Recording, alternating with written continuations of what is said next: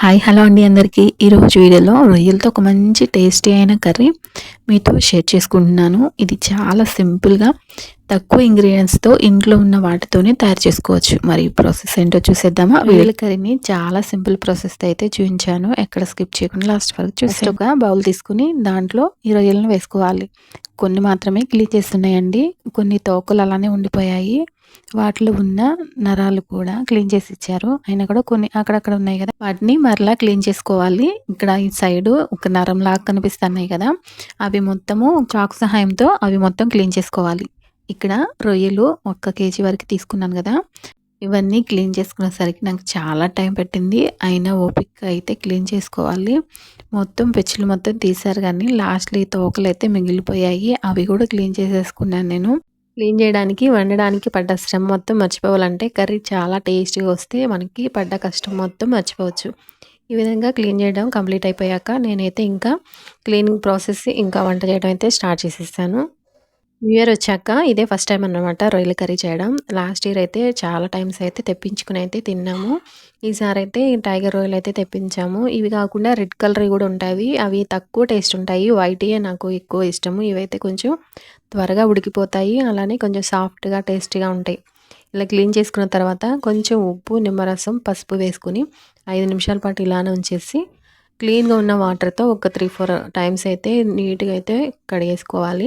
కడిగేసుకొని పక్కన పెట్టుకోవాలి. ఈ విధంగా క్లీన్ చేసుకుంటే నీచు స్మెల్ అనేది రాకుండా ఉంటుంది.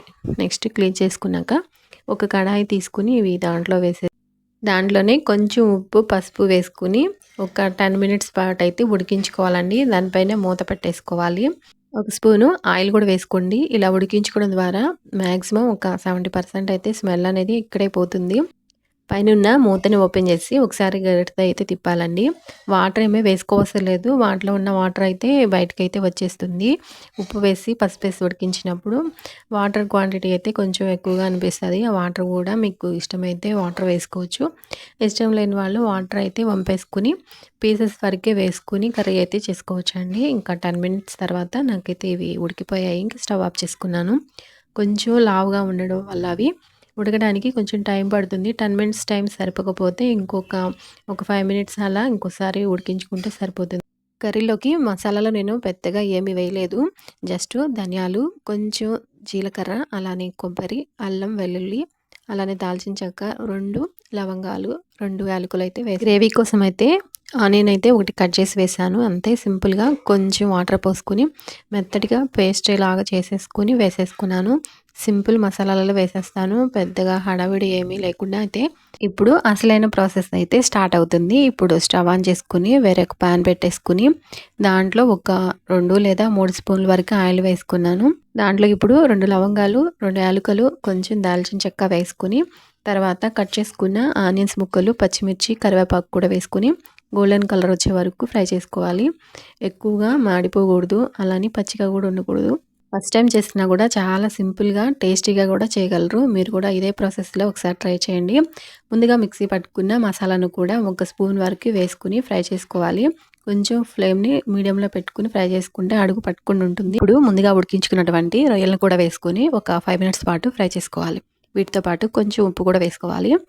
ఆల్రెడీ ఉడికించుకునేటప్పుడు కొంచెం సాల్ట్ వేసుకున్నాం కదా, మీ టేస్ట్కి తగ్గట్టు సాల్ట్ని కొంచెం అడ్జస్ట్ చేసుకుని వేసుకోండి. ఎందుకంటే ముక్కలకి పెట్టింది కాబట్టి ఆల్రెడీ గ్రేవీకి కూడా కావాలి కాబట్టి నేను చెక్ చేసుకుని చూసుకుని అయితే సాల్ట్ అయితే వేసుకున్నాను. ఇలా ఉడికించుకున్న తర్వాత సన్నగా కట్ చేసినటువంటి టమాటా ముక్కలు కూడా వేసుకుని ఒక 10 మినిట్స్ పాటు ఉడికించాలి. ఆల్రెడీ ఉడికించి తీసుకున్నాను కాబట్టి ఇంకా ఎక్కువ టైం అయితే పట్టలేదు, నాకు తక్కువ టైమే పట్టింది.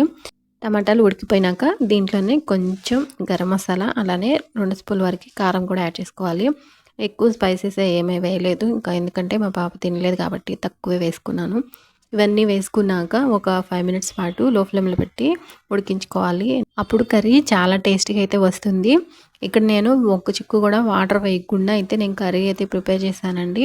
మీకు ఎక్కువ గ్రేవీ కావాలి అనుకుంటే కనుక ఒక గ్లాస్ వాటర్ కూడా యాడ్ చేసి ఒక 5 మినిట్స్ పాటు ఉడికించుకుంటే సరిపోతుంది. లాస్ట్లో కొత్తిమీర వేసుకొని స్టవ్ ఆఫ్ చేసుకుని సర్వ్ చేసుకోవడమే. రైస్ ఆర్ చపాతీ దేంట్లోకైనా చాలా సూపర్గా టేస్టీగా ఉంటుంది. లాస్ట్ వరకు చూశారు కదా, చిన్న లైక్ చేసి షేర్ చేసి ఛానల్ని సబ్స్క్రైబ్ చేసుకోండి. ఎలా ఉందో కూడా కామెంట్ చేయండి. Thank you for watching. Bye bye, ఉంటాను.